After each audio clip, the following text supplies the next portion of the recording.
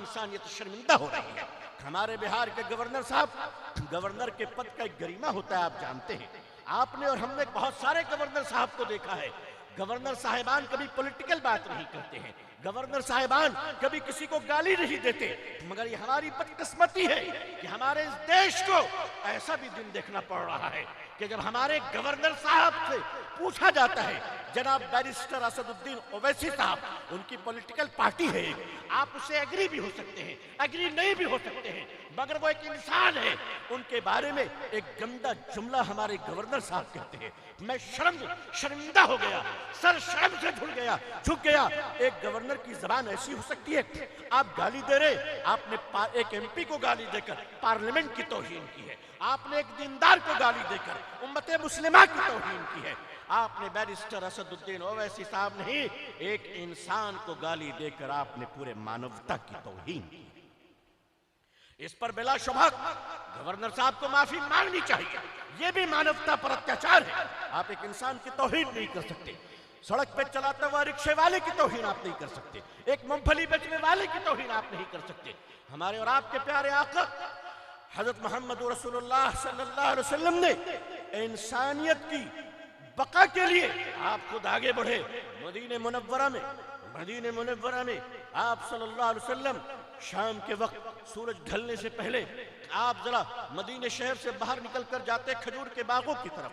आप क्या देखते हैं? एक बूढ़ा शख्स है, मशकीज़ा यानी जो चमड़े की थैली हुआ करती थी जिसमें पानी भरा जाता था पहले के जमाने में।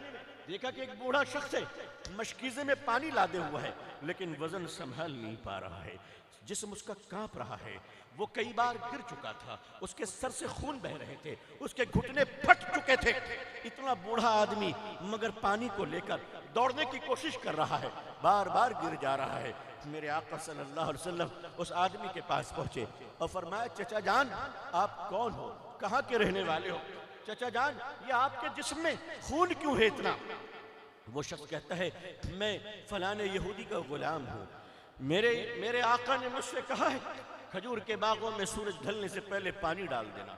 अगर मैंने सूरज ढलने से पहले तमाम दरख्तों की जड़ों में पानी नहीं डाल दिया तो मेरा आका मुझे घर जाने नहीं देगा, मेरे घर में मेरी बूढ़ी बीवी रात भर इंतजार में भूखी रह जाएगी और मेरा आका मुझे जानवरों के साथ रात में रखेगा। पूरी रात जानवर के पेशाब मेरे जिस्म पे पड़ेंगे और उनके लात मुझे खाने पड़ेंगे। मैं इसी खौफ से भाग रहा हूँ। मेरे आका सल्लल्लाहु अलैहि वसल्लम ने फरमाया, चचा जान आप बैठिए। मेरे आका सल्लल्लाहु अलैहि वसल्लम ने वो मशकीज़ा खुद आपने लिया और लेने के बाद दौड़ गए और पानी भरकर आपने तमाम खजूर के बागात में दे दिए और फरमाया, चचा जान आज मैंने पानी भर दिया है, कल मेरा इंतजार कीजिएगा, ये मोहम्मद दोबारा आपके पास आएगा सल्लल्लाहु अलैहि वसल्लम। आज तकरीरों के गाजी हमसे कभी होता है, हम भी अपने मोहल्ले में जाएं, अगर मोहल्ले में जाकर देखें कि इंसान तड़प तो नहीं रहा है, दो भाइयों में इख्तलाफ तो नहीं है, बाप बेटे में इख्तलाफ तो नहीं है, और सुलह कुल वाली जमातो चलो और इंसान को इंसानों से मिला दो। मेरे आका सल्लल्लाहु अलैहि वसल्लम ने वो हजरत बिलाल के साथ कैसा सलूक फरमाया। हजरत बरीरा रज़ी अल्लाह ताला अन्हा माँ आयशा की बांदी है, यानी आज की जबान में बांदी को नौकरानी कहते हैं, लेकिन वो बांदी हमसे भी अफजल, हमारी माँ बेटी से भी अफजल, उम्मत की बेटियों से भी अफजल है, इसलिए कि वो सहाबिया है। हजरत बरीरा रज़ी अल्लाह ताला अन्हा बांदी हैं हजरत आयशा सिद्दीका उम्मुल मोमिनीन रज़ी अल्लाह ताला अन्हा की। हजरत बरीरा सो रही हैं, गर्मी की वजह से आपको पसीना आ रहा है। मेरे आका सल्लल्लाहु अलैहि वसल्लम रहमतल लिल आलमीन सल्लल्लाहु अलैहि वसल्लम चुपके से तशरीफ ले गए और धीरे से बांदी पर पंखा झलने लगे ताकि उसे आराम मिल जाए। थोड़ी देर में हजरत बरीरा तड़प कर उठती है और ये देख कर शर्मिंदा हो जाती है कि अल्लाह के आखिरी रसूल मेरी खिदमत कर रहे हैं सल्लल्लाहु अलैहि वसल्लम। बरीरा शर्मा गई और कहने लगी, या रसूलल्लाह सल्लल्लाहु अलैहि वसल्लम, मैं आपकी बांदी हूँ, मेरे जिम्मे आपकी खिदमत है, आपके जिम्मे मेरी खिदमत नहीं है। मेरे आका सल्लल्लाहु अलैहि वसल्लम फरमाने लगे, बरीरा जब मुझे गर्मी लगती है तो तुम पंखा झलती हो, आज तुम्हें गर्मी लग रही है तो मैं पंखा झलूं ताकि एहसान का बदला एहसान हुआ करे। लोगों अपने घर वालों पे एहसान करो, अपने बीवी बच्चों पर एहसान करो, अपनी बेटियों पर एहसान करो, समाज पर एहसान करना सीखिए ताकि हम एक समाज तैयार कर सके। یہ نازک وقت چل رہا ہے، مسلمانوں پر بڑی آزمائش چل رہی ہے۔ آل انڈیا مسلم پرسنل لا بورڈ نے ہر دروازے پہ آواز دی جا کر، ہر دروازے پہ آواز دی، ہر حکومت کے دروازے پہ دستک دی۔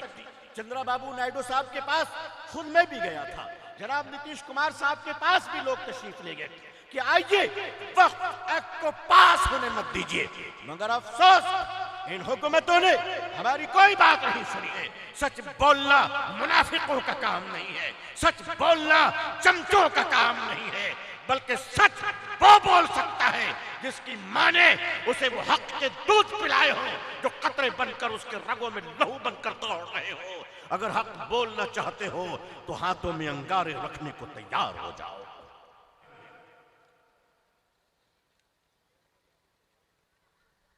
بلکہ ابھی میں دیکھ رہا تھا بمبئی میں ایک جین مندر کو توڑ دیا گیا بلڈوزر کے ذریعے۔ ایسا لگتا ہے کہ بلڈوزر پہ صرف مسلمانوں کے نام لکھے ہیں، نہیں، بلکہ سچ یہ ہے کہ پہلے قصائی پھر عیسائی۔ نمبر تو سب کے آتے ہیں، ماحول سب کے لیے خراب بن رہا ہے، لیکن ان حالات میں اگر ہمارے نوجوانوں نے، اس موتیہاری کے علاقے کے اور اس بستی کے نوجوانوں نے اگر یہ جرت کی کہ پیام انسانیت پر بات ہو، اگر یہ جرت کی کہ مانوتا کی رکشا پر بات ہو، اگر اس ماحول میں انہوں نے دہلی سے چل کر ہمارے ایک بزرگ مہاراج سوامی جی کو دعوت دی، تو معاف کیجئے گا سچائی یہ ہے کہ صداقت آنے والوں سے زیادہ میں آپ کے جرت کو سلام کرتا ہوں۔ جب تک الفلاح جیسے نوجوان بھارت میں زندہ رہیں گے، ظلم کی آندھیاں انسانیت کے چراغ کو کبھی بجھا نہیں سکیں، تم بجھا نہیں سکیں۔ ایسے لوگ کھڑے ہوں گے اور کھڑے ہو کر وہ حفاظت کریں گے، لیکن انسانیت کی بات اگر کی جائے اور معلم انسانیت کی بات نہ کی جائے صلی اللہ علیہ وسلم، انسانیت کی بات کی جائے، محسن انسانیت کی بات نہ کی جائے صلی اللہ علیہ وسلم، انسانیت کی بات کی جائے اور رحمت للعالمین کی بات نہ کی جائے صلی اللہ علیہ وسلم، تو میرے بزرگوں، چراغوں میں سے روشنی آتی ہے، مگر کیا سورج کے اجالوں کا کوئی انکار کر سکتا ہے؟ نبی کریم صلی اللہ علیہ وسلم بحیثیت مسلمان ہمیں کس نے بتایا کہ تمہارا حق پڑوسی پر ہے، تمہارے پڑوسی کے تم پہ حق ہے؟ بتاؤ لوگوں، کس نے بتایا ہمیں؟ یہ کون ہے سوائے محمد رسول اللہ کے صلی اللہ علیہ وسلم؟ سارا مجمع کہیے صلی اللہ علیہ وسلم۔ کہ آپ نے فرمایا کہ تمہارا پڑوسی چاہے وہ ہندو ہو، مسلمان ہو، عیسائی ہو، جین ہو، سکھ ہو، کسی بھی دھرم کے ماننے والے ہو، اگر وہ تمہارا پڑوسی ہے اور وہ پڑوسی اگر بھوکا رہ گیا اور تم نے پیٹ بھر کر کھانا کھا لیا تو مسلمانوں اللہ کیا تمہاری پکڑ ہو جائے گی۔ یہ سبق ہمیں کس نے دیا ہے؟ ہم نے انسانیت کا سبق اتہاس میں نہیں پڑھا ہے، ہم نے انسانیت کا سبق ناول میں نہیں پڑھا ہے، ہم نے انسانیت کا سبق تاریخ میں نہیں پڑھا ہے، ہم نے انسانیت کا سبق افسانوں میں نہیں پڑھا ہے، ہم نے انسانیت کا سبق فلموں سے نہیں پڑھا ہے۔ خدا کی قسم ہم نے انسانیت کا سبق محمد مصطفیٰ کی غلامی میں پڑھا ہے صلی اللہ علیہ وسلم۔ حضور صلی اللہ علیہ وسلم نے دنیا کو اس وقت انسانیت کا سبق دیا۔ میں حق کی دعوت اور سچ کی دعوت آنگے دہل دے رہا ہوں۔ میں اپنے بھارت کے 150 کروڑ لوگوں کے سامنے ایک جھوٹ کو پروس نہیں سکتا۔